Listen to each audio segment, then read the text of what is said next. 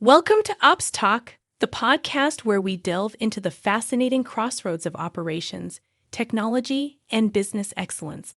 Your hosts, Sahand and Tom, are thrilled to have you. In today's episode, we are honored to have Chris White, a renowned supply chain leader. Chris's expertise is in the use of digital twin simulation for stress testing supply chains, ensuring robustness and efficiency against the toughest challenges. As a Lean Six Sigma Master Black Belt, Chris stands at the forefront of process optimization and embodies the highest standard of operational excellence.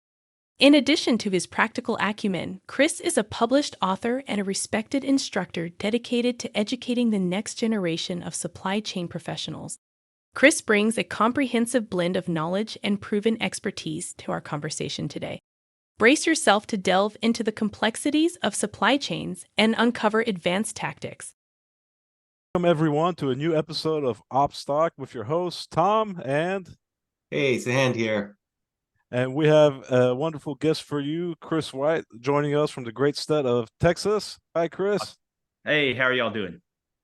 And today we are talking with Chris all about supply chains. And Chris comes with a lot of experience working for some of the largest, most exciting projects when it comes to supply chain.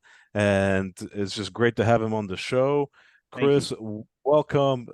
Please introduce yourself. Please give us just a quick background about how you got into supply chain and some of the things that you've done in your career. Oh, I can definitely do that. Thanks for having me, y'all. It's fantastic. So I've been doing, so my background is modeling and simulation. And then I got into modeling and simulating supply chains probably in the late 90s. So I've been doing this for 25 years now.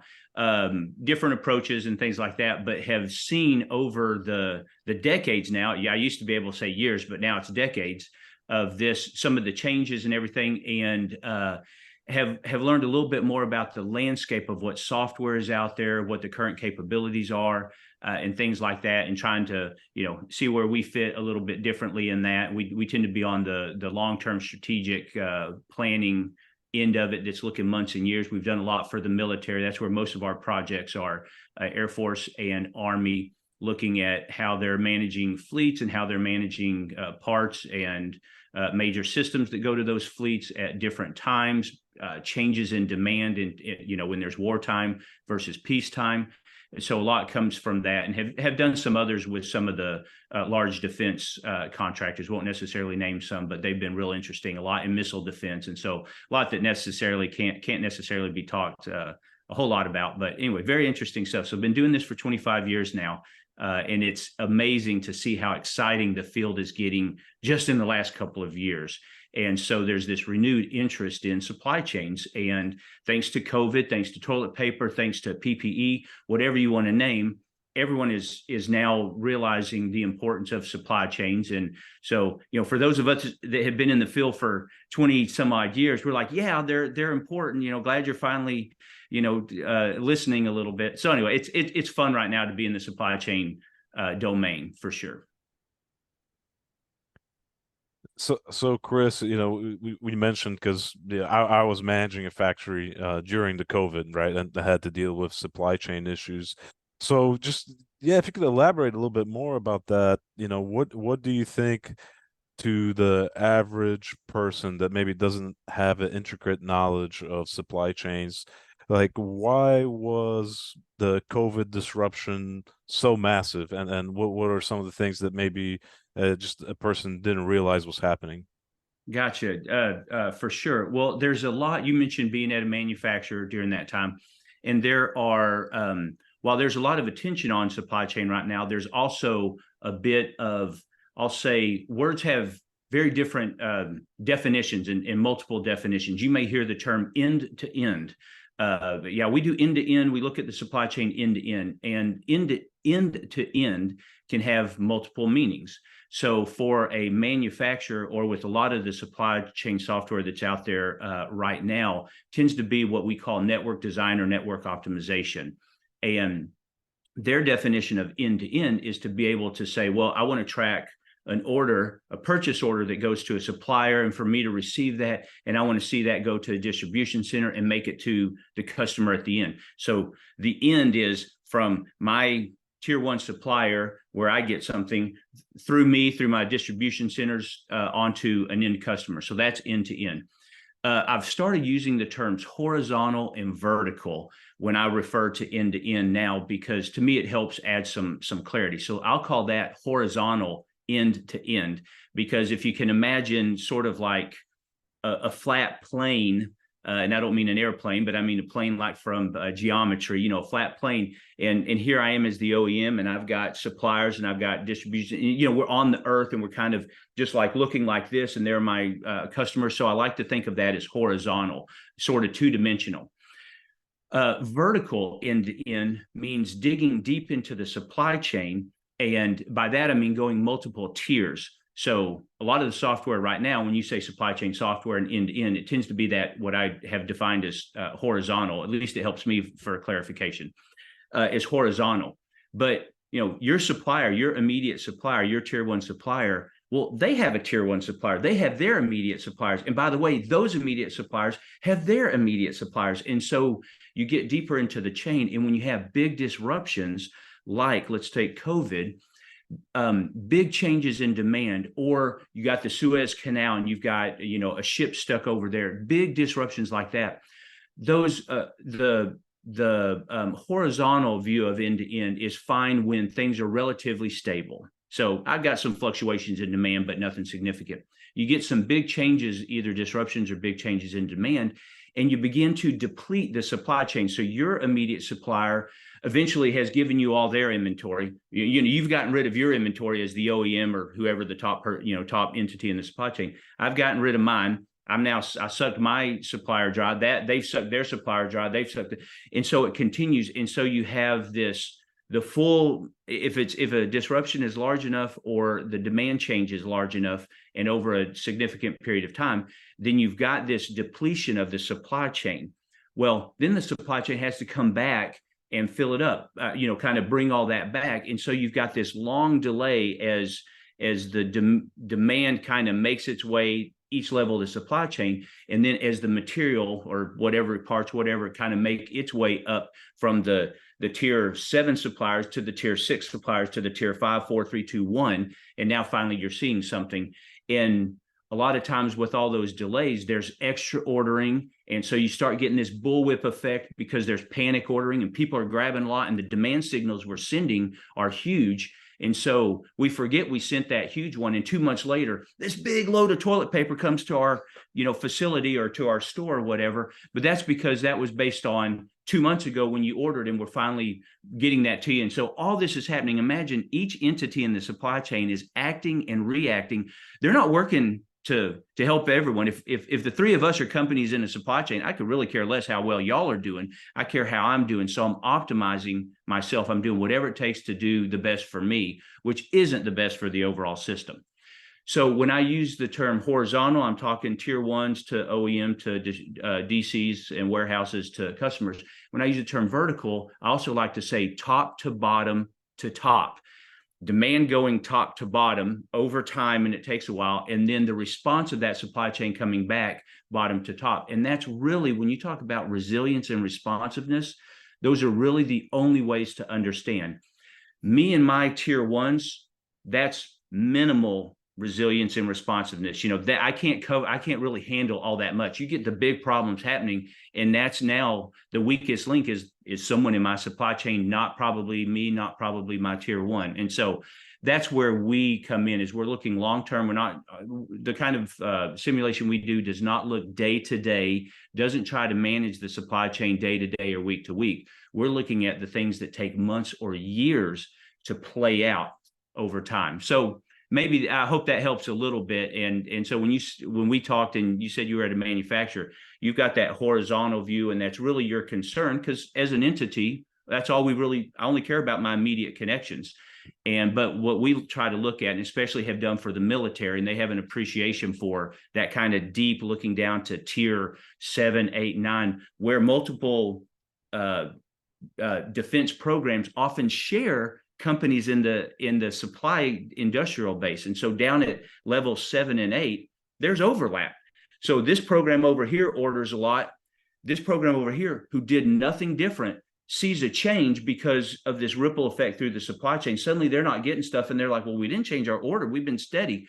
No, that's because this program over here has ordered, and it's a network now. It's not just a supply chain that's isolated. It's a network. And so anyway, I'm kind of talking about a lot of different things. It's a huge subject now. And so one of the things I'm trying to do right now is add some clarity of horizontal end to end versus vertical end to end, being top to bottom to top. And, sorry, I just wanted to ask a question about, just so that I understand the vertical side a little bit more. Is my interpretation correct that the vertical supply chain requires assembly or processing as it goes from one layer to the next? So so horizontal would be your typical moving from manufacturer to distribution center to the retailer. So it's the same finished product, whereas in horizontal, you're assembling, you're putting things together and turning it into the next inventory.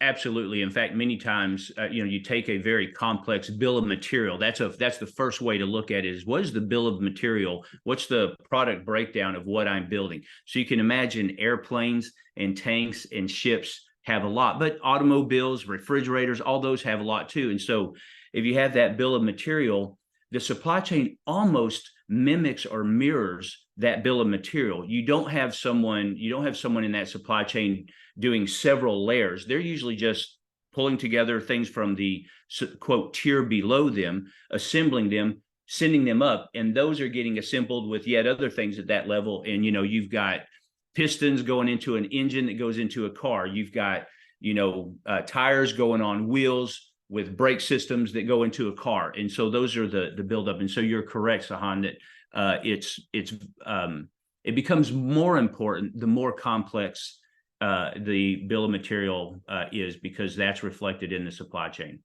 Gotcha. Thanks. Makes sense.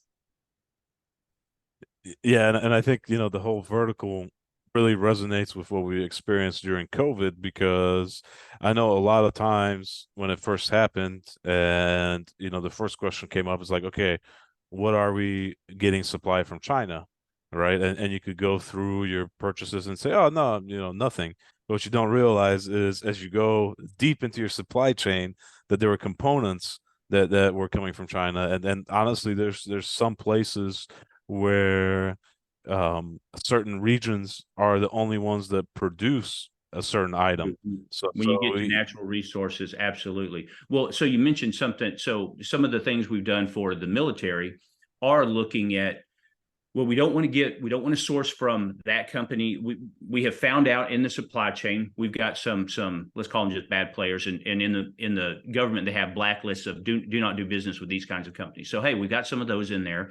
And so what does it mean to get rid of those? And so some of the things that we look at, I've mentioned disruptions and major changes in demand, but other things that we look at that require looking at the deep into the supply chain and doing the vertical top to bottom are changes with suppliers. So is it good to have 2 suppliers and have redundancy right here so that I can go back and forth and as needed?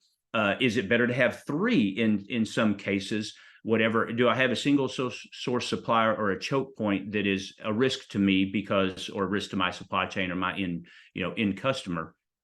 Those kinds of things. And so when we look at, well, we don't want that from whatever country X anymore, and so we want something else, we simulate the capacity building, and well, you don't get that in 3 months like you want. It is now 9 months for you to start seeing something, because there's certain things that happen in the military, in the defense industrial base, where certain things have to be qualified and things like that. So you got to build capacity and do some of that. And well, that's a delay. As far as I'm concerned, that's a disruption. It's just another bad weather can be a disruption. A ship caught in a canal can be a disruption.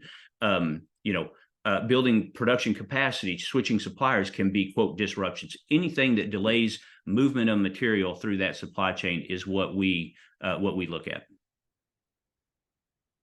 That is awesome. It reminds me, and I'm sure you on the inside of your software, there's lots of graphs and, graph traversal algos that you have. It reminds me of when I started my career, I started in semiconductor in the timing simulation group of a semiconductor company. So it's reminding me of a lot of some similarities, some quite differences, but how do you pulse through the system? How does it sort of come out the other end, right?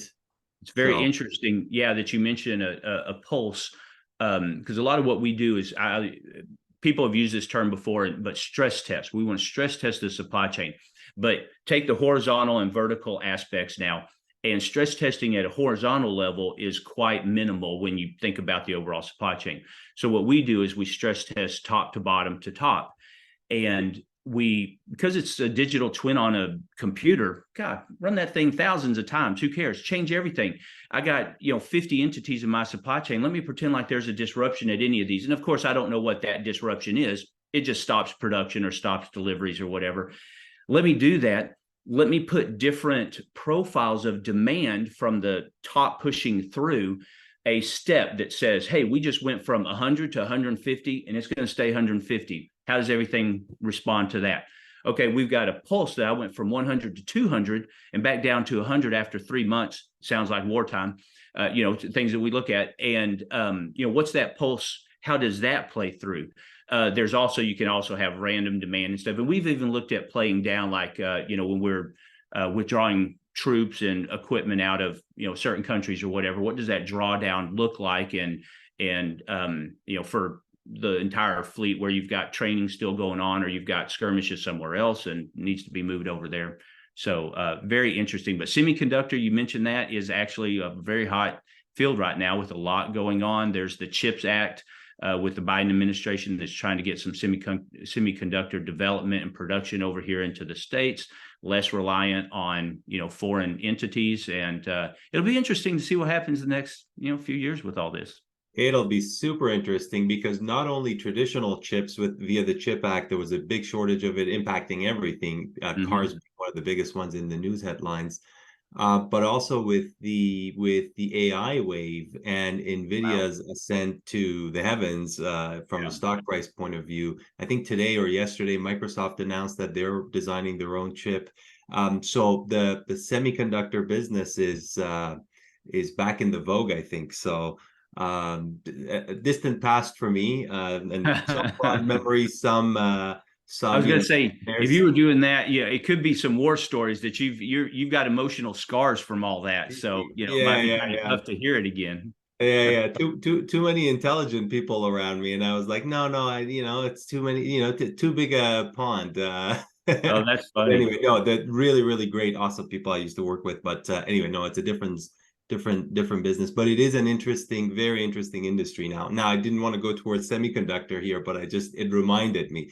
Let's bring it back to some fun stuff. I see a logo behind you, and I make out some beer pints. So let's talk about that. Well, okay. So what you see behind me is what we call beer game on steroids, BGOS. And so, you do see beer kind of there, clinking glasses. That's kind of a little icon that we're kind of running around with or whatever.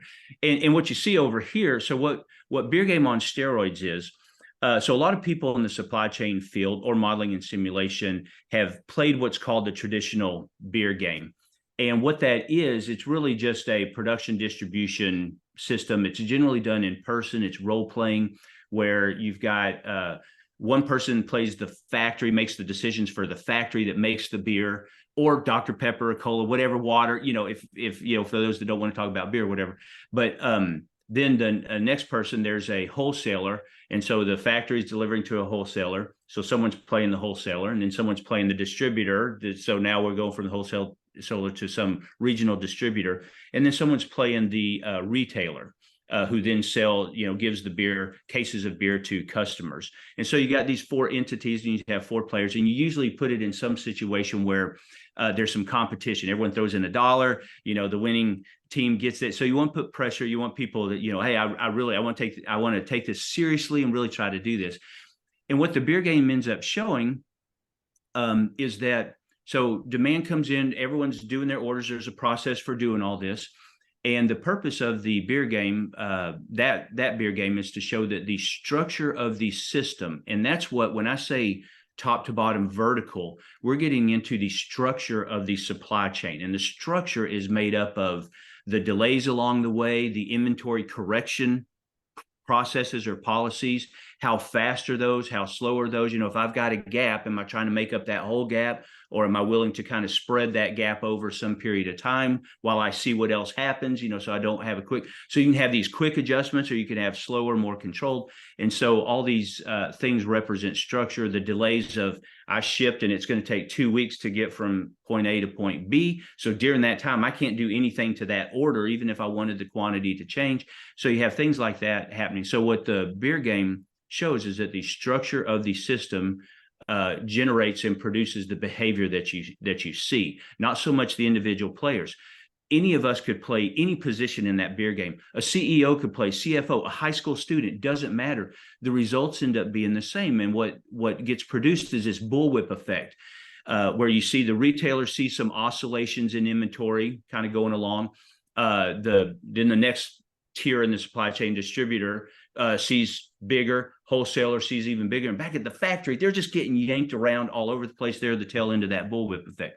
So the beer game is designed to do that. Now, what's interesting is you see that whole thing, and everyone is asked, hey, what do you think the order pattern was from the end customer to the retailer? And they're drawing, all these crazy lines and stuff.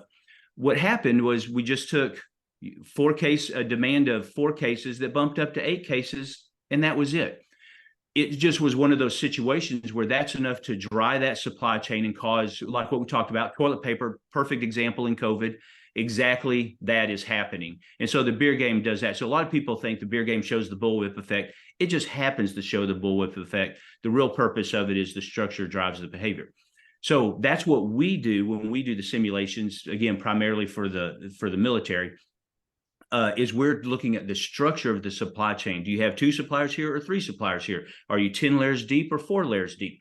All those are structure. What are the delays? Where are these coming from, and how long does it take to get you? And what are the kind of, we can generalize some of the inventory correction policies that they might be using, and what does all that look like? And all that comes together. And so we're looking at the structure. So the beer game on steroids is a free version of what we do, our software, a free version that we provide universities, colleges, any instructor that's teaching supply chain, so they can use it as a learning supplement. And everything that they're teaching, they can then say, well, let's go do this. And what we generally, I've actually used it at University of Texas at Dallas, and there's some other universities that are using it. And what you generally do is start with the beer game, the traditional. You play it, you get those emotions, you feel it all happening.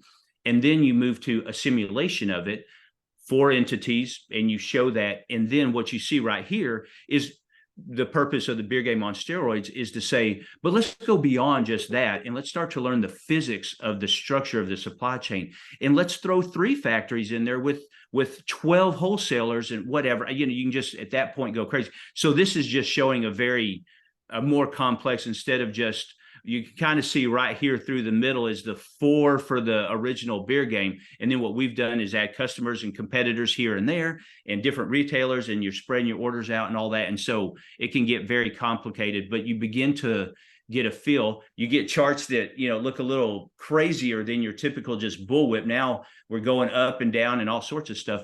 So you get a lot more happening. So this is a free beer game on steroids, is a free tool that we give to universities and instructors, and they can use it to add on, take a couple of weeks and do a project on it and learn a little bit more. So anyway, that's what that is. And so we kind of have fun with that. It's kind of what we do, but in our models, these are a lot more complicated, and it's not just a factory and a warehouse and a customer. There's 20 different kinds of entities you can pull into the model to capture exactly what is happening for that particular situation.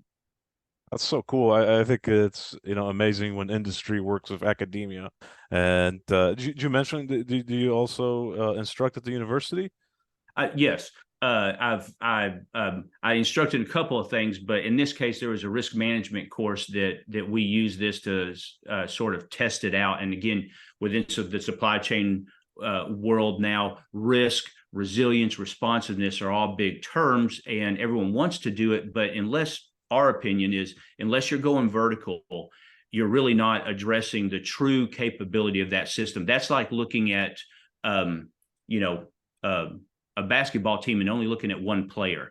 The one player, or a football team, or pick whatever sport you like. Other than a golf team, you can't really influence people in golf all that much, other than yell at them or something, or But on soccer, football, basketball, one single player, for instance, you take forecasting, supply chain forecast, like one player can't forecast their score because it depends on so many different things that they do not have control over. Same thing in other players passing to them, maybe another player on the team, maybe I got sick, maybe another player got sick, and now it's not the lineup we thought it was going to be, whatever the case is. You can imagine just all that, what's happening with the other team, how are they playing, how are they responding? All those things have an influence. And so one person can't really do anything.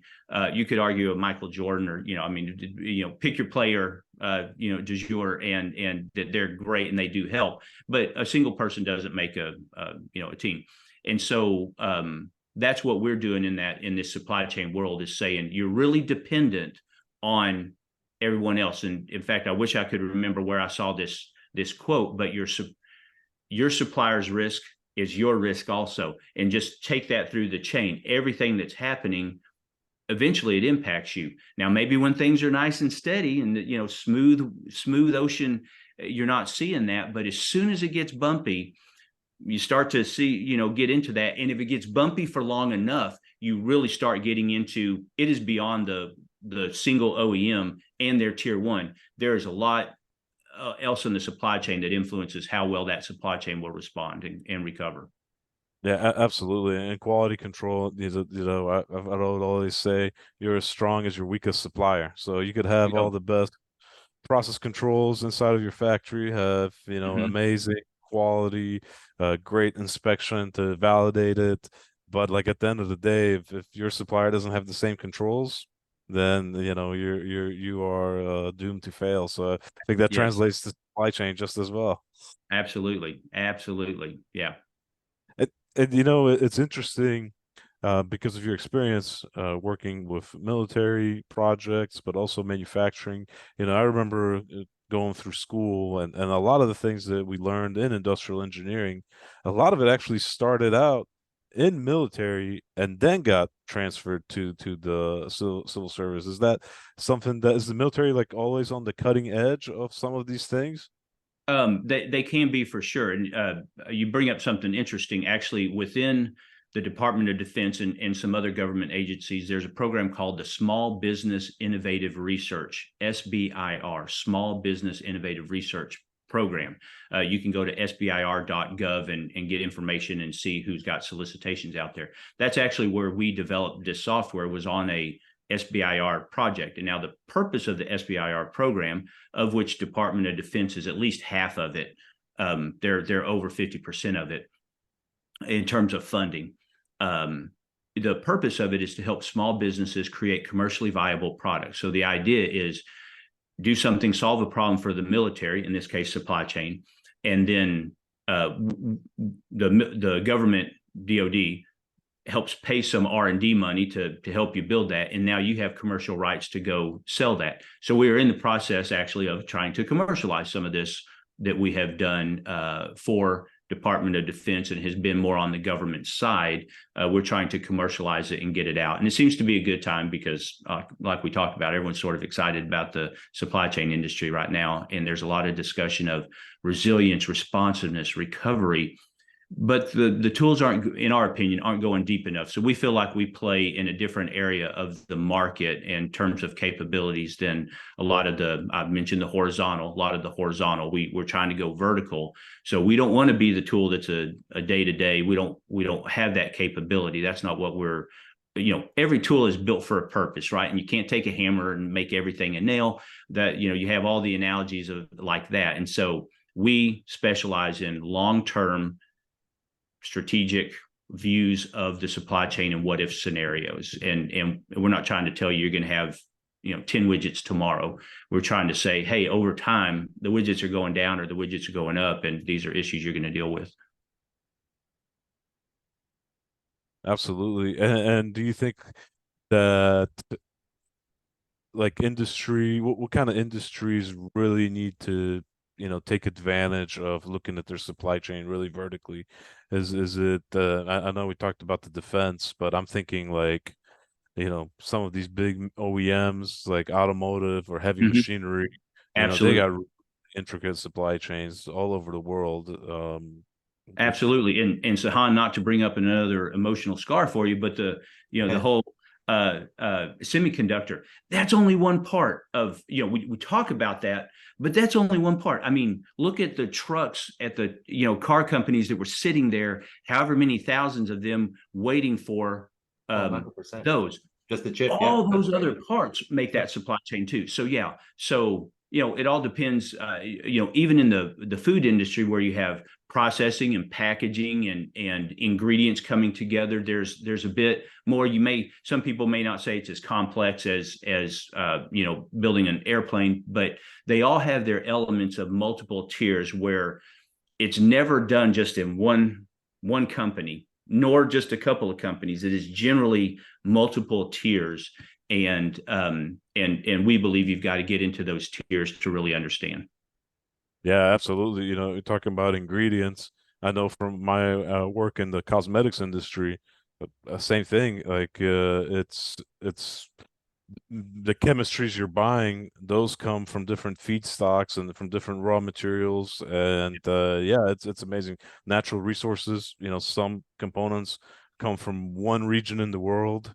Yeah. It had when we had the big freeze in Texas, a lot of the chemical industry was disrupted because it wasn't so much maybe the chemicals that people were buying, but it was the raw materials that were getting refined, that were only getting refined in that one region of the country, and it's just impacting, the whole supply chain. So because things are made up of so many ingredients, and those Yeah. are made of other ingredients, so it is definitely um if you're a small manufacturer, you might not even have visibility to Yeah. those vertical.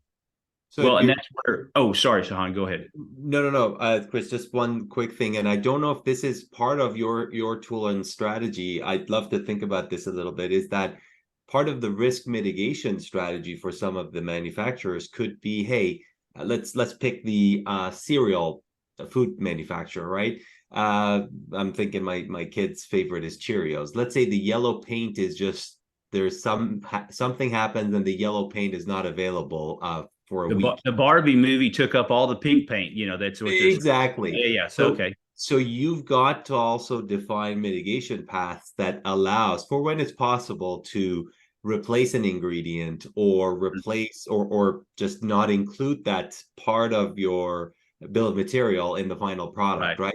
So are those some of the areas that you also look at, like the flexibility in Absolutely. Yeah, great absolutely. And I mean, you bring up that's exactly, those to us are structural issues and fall within the domain of what we're trying to do top to bottom to top. And that is what happens if we have issues with something and need to replace it, or I mentioned having multiple suppliers or whatever the case may be. What we're finding, there's a lot out there with these kinds of raw materials, like what y'all are talking about. There are a lot of tools out there that are great at capturing risk. They're using AI to go look at weather patterns and this and that, and political situations, and conflict everywhere, whatever, to say, hey, there can be a problem in this area of the world. Do you have any? Is anyone in your chain from this area of the world?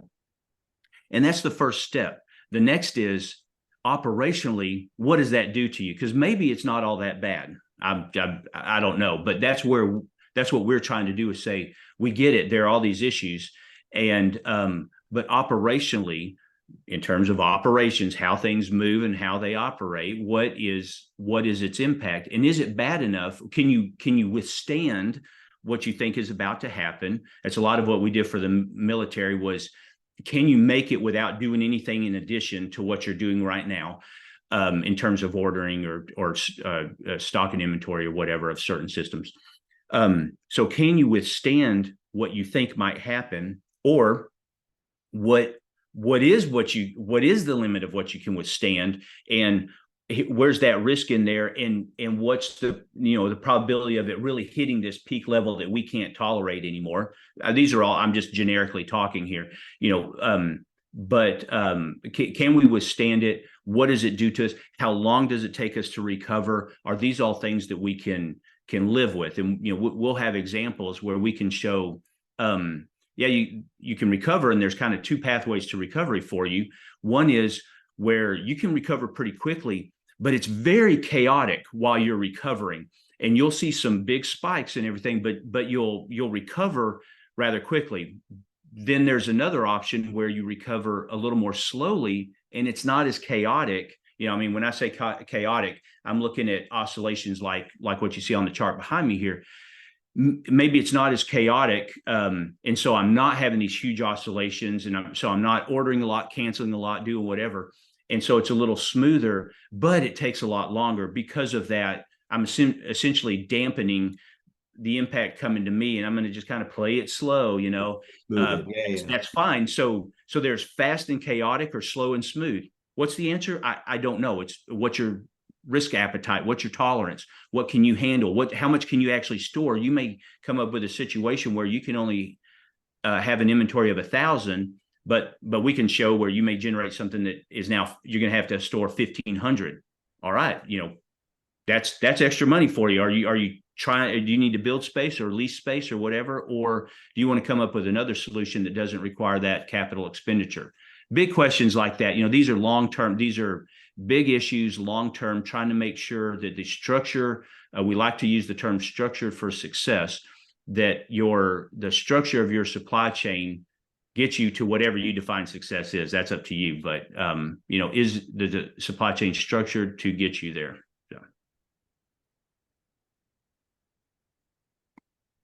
Yeah, I wanted to ask you, I know you work with sensitive industries, so if you can't come up with a good story for us, no problem. But is there a not catastrophic, but like a horror story because you work with supply chain? I'm thinking like boxes of toilet paper backing up in a central Costco facility type of a horror story. If it's really bad, that don't disclose. But is there any of these kinds of stories you can share with us? I've got two examples, one that turned out okay and one that didn't turn out okay. And the one that didn't turn out okay was one of the a system that might be a tank or an aircraft or a ship or a truck.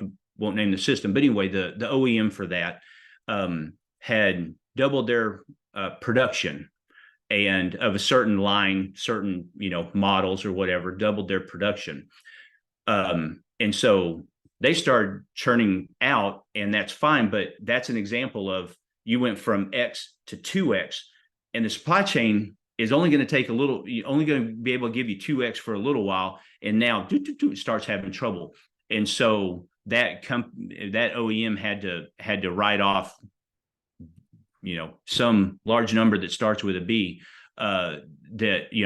because they had stuff just like the trucks sitting around waiting for semiconductors and things like that. So that's a situation that didn't quite work out the way they wanted. We were actually involved after that, and so we were able to replicate the situation and help to understand.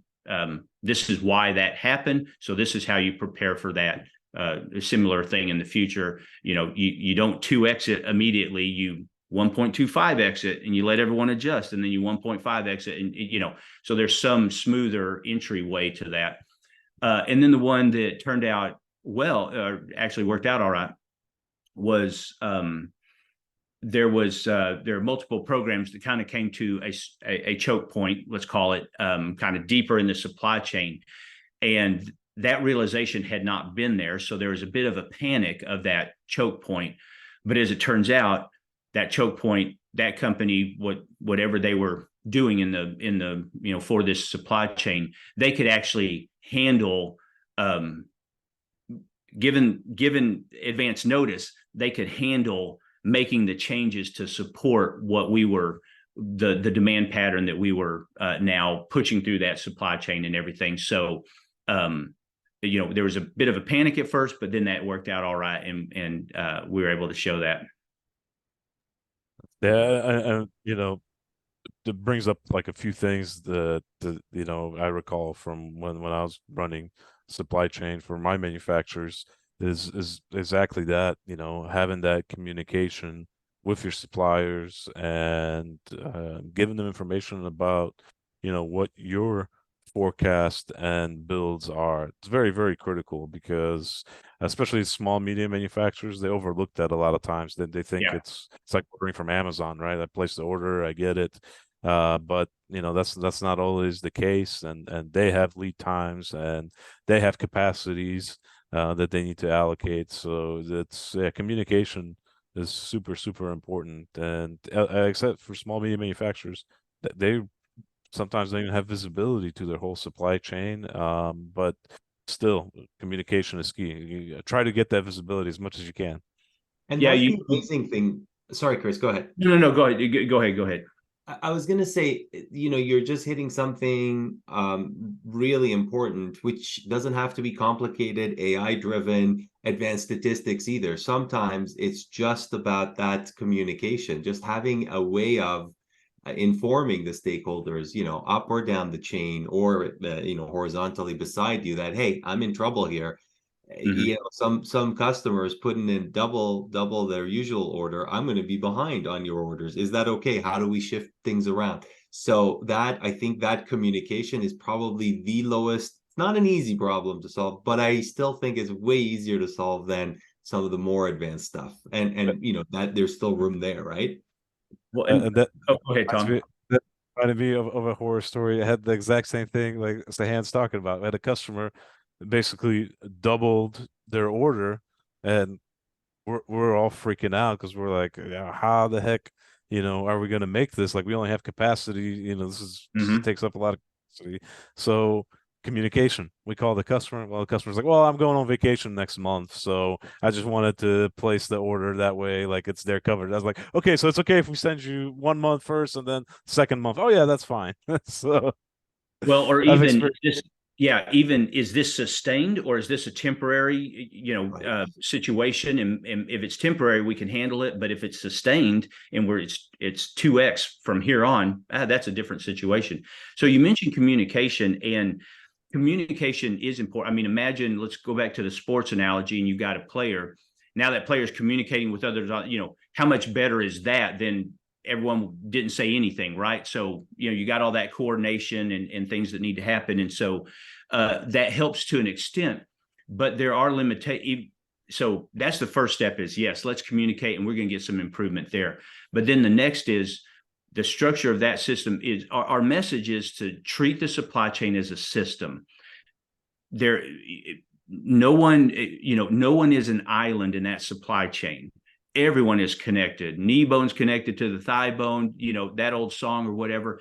That is what happens in a supply chain. And so we believe you treat the supply chain as a system, and that's where the structure of that system influences how well it performs over time when there are big things happening. So the key takeaway for me, Chris, one thing you just mentioned is the supply chain is a system. It's a complex system treated as such, just like a weather system or, an organization. It really is made up of a lot of potentially simple or complicated parts, but you treat it as a system. I love that. Yeah, imagine you've got a lot of independent agents acting and reacting. And if you don't include that in your analysis, then you're missing a lot. I know how as an OEM or whoever, you are in that supply chain, you're the top as far as, you've got your customers. So wherever you are, you've got the way that you act and react to changes. So does everyone else. And, you don't know, going back to that sports analogy, we're playing and we've got some play that we want to run. That play is effective based on how the other team is responding to that happening and the adjustments we make and all that. And so, it's a complex system. And if you don't appreciate that and treat it as a system, in our view, then you're losing a lot for the long-term strategic. Day-to-day, it's not going to hurt you. You know, there's lots of software, day-to-day ERP systems, the network design, optimization kinds of things. That horizontal view that we talked about are great day-to-day, short-term, but that kind of stuff won't answer the questions that are months or years down the line when you have major things happening in the supply chain. You know, that's where they hit their limitations. Every tool is good for a certain job. That's what those tools are good at. And what we're developing is a capability to address that, what we think is a gap in the market of the long-term strategic planning and analysis of the structures of supply chains. Excellent. No, that's amazing work, and you know, thank you so much for coming on our show. We are coming up to the end of the show, and we always like to close off with asking you, what can we share with our viewers about your initiatives, or maybe the beer game on steroids? Is there anything that we can point our viewers to, Chris? Oh, definitely. In fact, probably the best thing to do is just start with Beer Game on Steroids. We have a page on LinkedIn, and even if you're not a professor, even if you're not it's definitely for those that are teaching supply chain courses or modeling and simulation courses. It's free for them to use, and it's free for anybody. Actually, it doesn't really matter.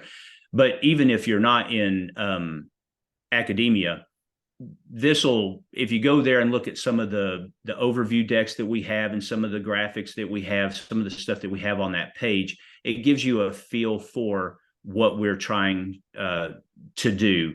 And then in that case, they can get in touch with me from that, but don't really have anything to push. We're trying to commercialize, like I said, and so that's at a certain state right now that we're trying to work, figure out who all we're working with on that and everything. So easiest thing I appreciate is pointing to the Beer Game on Steroids. And if that's interesting to them, then they can reach out.